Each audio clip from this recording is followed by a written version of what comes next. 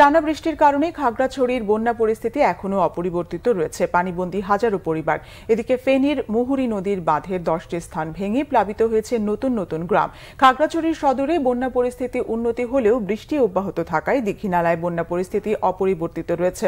জেলার সদর দীঘিনালার মেরুং ও কবাখালী এলাকা পানিতে তলিয়ে গেছে।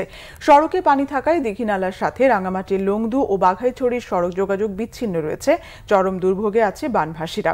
বন্যায় দুর্গত এলাকায় খাবার ও বিশুদ্ধ পানির তীব্র সংকট দেখা দিয়েছে। এদিকে বৃষ্টি ও পাহাড়ি ঢলে ফেনীর মুহুরী নদীর বাঁধের 10টি স্থানে ভাঙন দেখা দিয়েছে। আতঙ্কে দিন কাটছে তাদের। পরশুরাম ও ফুলগাজী উপজেলার 40টি গ্রাম বন্যার পানিতে তলিয়ে গেছে। এতে 7,000 পরিবার পানিবন্দী হয়ে পড়েছে। ফেনী পরশুরাম সড়ক তলিয়ে যাওয়ায় যান চলাচল বন্ধ হয়ে গেছে।